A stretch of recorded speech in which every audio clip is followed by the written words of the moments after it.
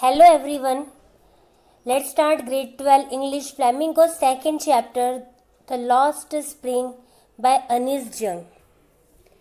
The story set in a slum area where a gang of rag pickers live in a perpetual state of poverty. Here perpetual state of poverty means excessive poverty without any basic facilities. These children live there and their childhood is lost somewhere. Here we will talk about spring season. Spring is a season when new leaves, new fruits, new flowers appear. It's a developing stage. Same here, childhood is the spring of human life. It should be cared properly so that the later life can be better.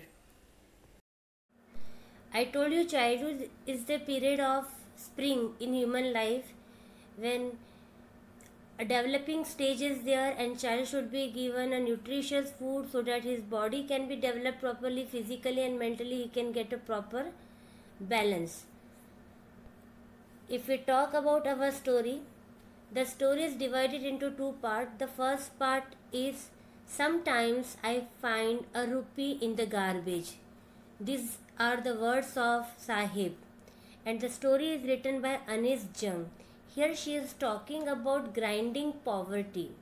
Grinding means excessive poverty, acute stage of poverty, and every day in her neighborhood, Anis Jung used to meet a gang of rag pickers. A group of children used to come in her neighborhood every day, and these children, for survival, they used to do rag picking.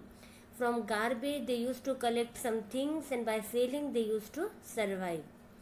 These rag pickers, from conversation she come to know that they migrated from Bangladesh, Dhaka to India in 1971. Their ancestors migrated and since then they are living in Delhi, Simapuri. In Delhi, Simapuri is a slum area and around 10,000 rag pickers are living in a very congested area where sanitation issues are there. Leaking roofs are there, their children are struggling to survive, and for survival these people have only one option, that is called rag picking. They scrounge gold in garbage. This is the most important line of our chapter. Scrounging means searching. These children along with their parents are searching something in the garbage heap, and that something is compared with a gold. For them, these things are as precious as gold. For elder people, scrounging gold is a means of survival, but for children it's a wonder because sometimes they got 1 rupee coin or sometimes they got 10 rupee note in that garbage heap. So it's a very game-like situation for small children, but for elder people, it's a way to survive. When Anis Jung met with this gang of rag pickers, among them there was one child whose name was Sahib and his full name was Sahib-e-Alam, and that child don't know what is the actual meaning of his name. Actually Sahib-e-Alam means Lord of Universe. We can say that God, but that child don't know what is the real meaning of his name. And he was roaming in the street, in the garbage heap, bare feet, without any footwear. This child was roaming.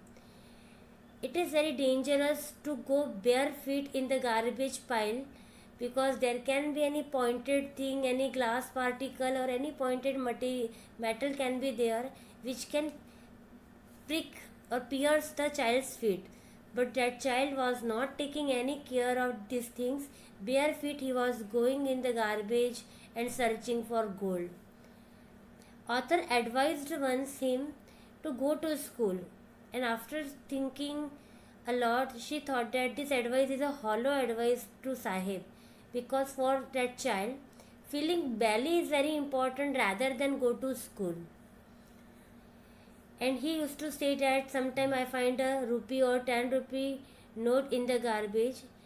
Once Sahib was watching a game of tennis from the fence out.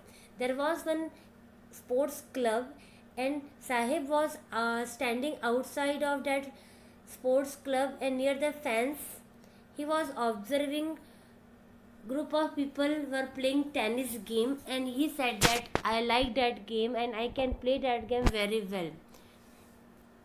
And after some time later, Sahib left the work of rag picking and he started working in a tea stall. And he used to get 800 rupees in a month as a salary. But this time he was not his own master. When he was working as a rag picker, he was his own master.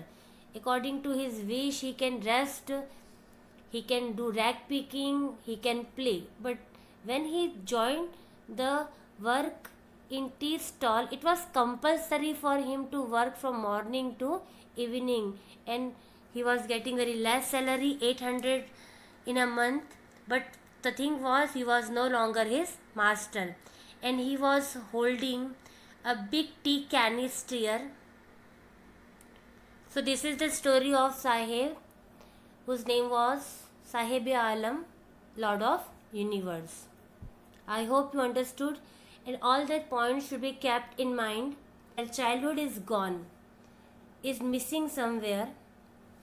And here Anis Jung, our author, is talking about grinding poverty. She used to meet a group of rag picker, and these people came from Bangladesh, Dhaka to India in 1971. They are living in Simapuri, Delhi. Around 10,000 rag pickers are living, and these people work for survival. And what work they do? They do rag picking. And here we come to know that Sahib, bare feet, he was crouching in the heap pile of garbage. Sometimes he used to get 1 rupee, sometimes he used to get 10 rupees, but after some time he left the work of rag picking and started working in a tea stall. But this time he was not his own master, he was working somebody's under, so he lost his freedom. So like Sahib, there are many children in India who are underprivileged. Instead of going to school, they do several other works for survival. These children do not have any proper clothing, food and shelter.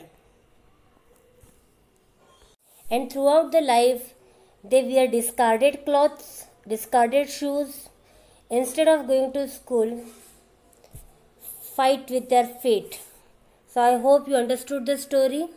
Keep reading the lesson.